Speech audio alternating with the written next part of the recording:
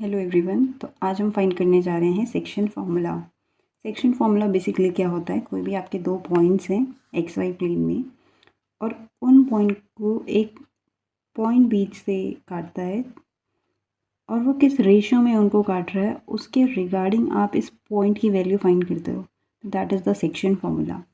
Now consider any two point a x1 y1 and b x2 y2 and assume that pxy divides ab internally in the ratio m1 ratio m2।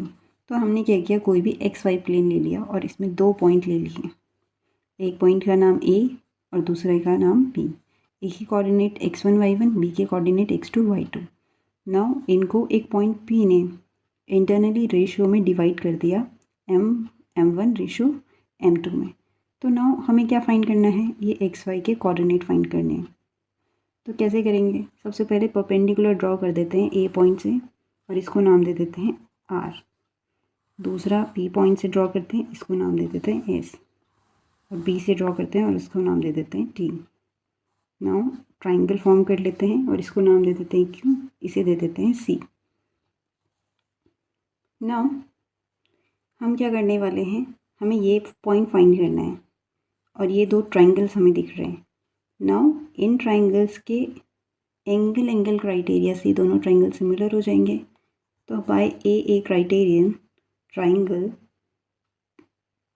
P A Q is similar to triangle B P C. अब हमें पता है कि अगर दो triangle similar हैं तो उनके साइड्स का रेशियो भी इक्वल होता है। तो साइड्स का रेशियो इक्वल है तो P A upon B P equal होगा किसके, A Q upon P C. Similarly यहाँ पे तीसरा side P Q upon B C के इक्वल हो जाएगा। तो ये हमारा एंगल क्राइटेरिया से इनके साइड्स के रेशो इक्वल आ गए। नाउ इनकी वैल्यूज़ फाइंड करने की कोशिश करते हैं। सबसे पहले ए क्यू की फाइंड करने की कोशिश करते हैं। अच्छा, ए बी पी ए और बी बी तो नोन है। पी ए हो जाएगा हमारा m1 और बी बी हो जाएगा m2। नाउ ए क्यू फाइंड करते हैं। ए क्यू क्या होगा, ए क्यू इक्वल होगा आर एस के, और आर एस क्या होगा, देखो ये हमारा क्या है x डिस्टेंस है और ये हमारा x1 डिस्टेंस है। तो ये क्या हो जाएगा x1 minus x minus x1। तो ए क्यू तो आर एस के इक्वल हो जाएगा। और आर एस है क्या, बेसिकली आर एस है क्या, O S minus O R. और ओ एस क्या होता है, ओ एस हमारा ये एक्स का कोऑर्डिनेट होता है और एक्स का कोऑर्डिनेट एक्स है। तो एक्स माइनस और यहाँ पे ओ आर क्या हो जाएगा, एक्स का कोऑर्डिनेट अगेन, ये हो जाएगा x1। ठीक है। नाउ पी सी फाइंड करते हैं हम। पी सी क्या होगा, सिमिलरली पी सी इक्वल हो जाएगा आपके एस टी के, और एस टी क्या है आपका O T minus O S. Now O T क्या है, यहाँ एक्स का कोऑर्डिनेट और एक्स का कोऑर्डिनेट यहाँ क्या है x2। तो ये हो जाएगा आपका x2 माइनस एक्स। ठीक है, ये कोऑर्डिनेट, ये दोनों साइड्स फाइंड कर लिए। अब इन दोनों की बारी।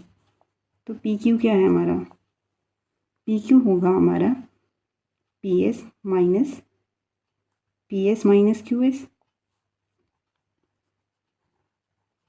ओके, नाउ पी एस होगा क्या, y का कोऑर्डिनेट, तो ये y का coordinate y minus Q S क्या होगा, यहाँ y का coordinate that is y1। Similarly यहाँ पे आ गया, हमें यहाँ कौन सा साइड फाइंड करना है, बी सी। तो बी सी क्या हो जाएगा हमारा B T minus C T, and B T minus C T will be y2 minus y। Now रख लेते हैं हर जगह पे। तो पी ए क्या है हमारा m1 और बी पी क्या है हमारा m2। ए क्यू है हमारा x minus x1 upon P C क्या है हमारा x2 माइनस एक्स। और पी क्यू है हमारा y minus y1 upon B C क्या है y2 माइनस y। इन दोनों को कंपेयर कर लेते हैं यहाँ पे। तो कंपेयर करेंगे क्या हो जाएगा, m1 upon m2 equal to x minus x1 upon x2 minus x। ये क्रॉस मल्टीप्लिकेशन हो जाएगा, तो ये हो जाएगा m1 x2 minus x equal to m2 x minus x1। Now ये क्या हो जाएगा, x2 m1 minus x m1, यहाँ ये एज इट इज़ रहेगा। सॉरी,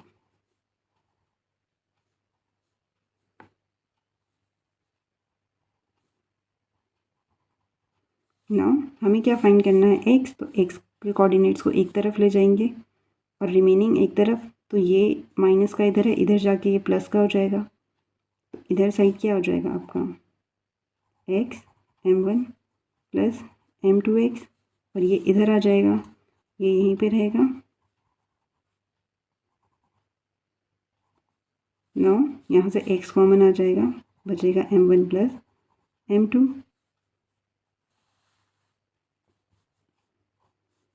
है ना। यहाँ से x कॉमन आ गया, m1 प्लस m2 बचा, और ये x2 m1 plus x1 m2 which is x की वैल्यू क्या आ जाएगी, x2 m1 plus x1 m2 upon m1 plus m2। तो ये हमारा आ गया x का कोऑर्डिनेट। सिमिलरली हम यहाँ पे y का कोऑर्डिनेट फाइंड कर सकते हैं। तो उसके लिए क्या करेंगे, इन दोनों को कंपेयर कर लेंगे, that is m1 m2 equal to y minus y1 upon y2 minus y, cross multiplication again m1 y2 minus इससे m1y equal to m2y minus m2y1।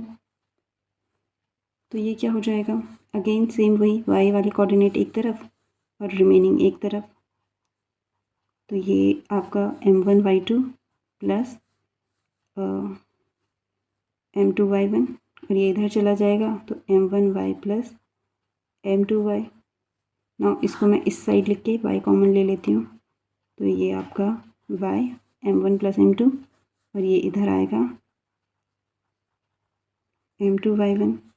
तो y इक्वल टू क्या हो जाएगा, क्योंकि सिंस हमारे पास फॉर्मूले में इस फॉर्मेट में लिखा रहता है, तो इसीलिए मैं भी इसी फॉर्मेट में लिखूँगी। तो अगर आपसे कोई पूछे तो ये हमारे क्या होते हैं, y, इसके कोऑर्डिनेट होते हैं। क्या कोऑर्डिनेट्स होते हैं, x1 y1, p की कोऑर्डिनेट्स क्या होंगे हमारे x1 y1, और विच इज़ वेयर x और y equal to what, x2 m1 upon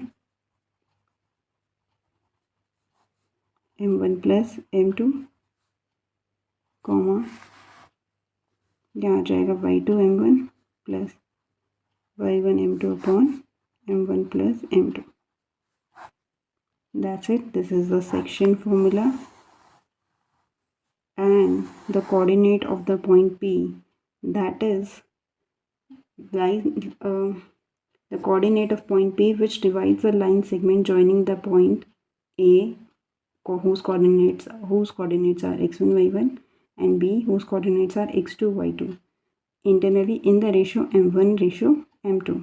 तो ये सेक्शन फॉर्मूला हमारा होता है m1 रेशो m2 के लिए, और यहीं से हमारा मिड पॉइंट ड्रॉ होता है। मिड पॉइंट वाले केस में क्या होता है, आपके भी मिड पॉइंट क्या करता है, इन पॉइंट्स को आपके 1:1 में डिवाइड कर देता है। तो यहाँ पे m1 m2 दोनों की वैल्यू क्या हो जाएगी, m1 m2। तो यहाँ से अगर मिड पॉइंट है तो क्या हो जाएगा, m1 की जगह पे 1 और m2 की जगह पे 1। तो in case of mid point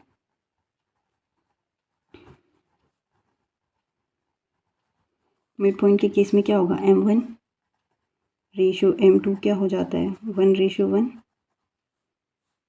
sorry, तो फिर आपके कोऑर्डिनेट क्या हो जाएंगे, x2 plus x1 upon 1 plus 1 2, और यहाँ m1 y2 plus y1 upon 2। तो ये आपके मिड पॉइंट के केस में ये फॉर्मूला ड्राइव हो जाता है।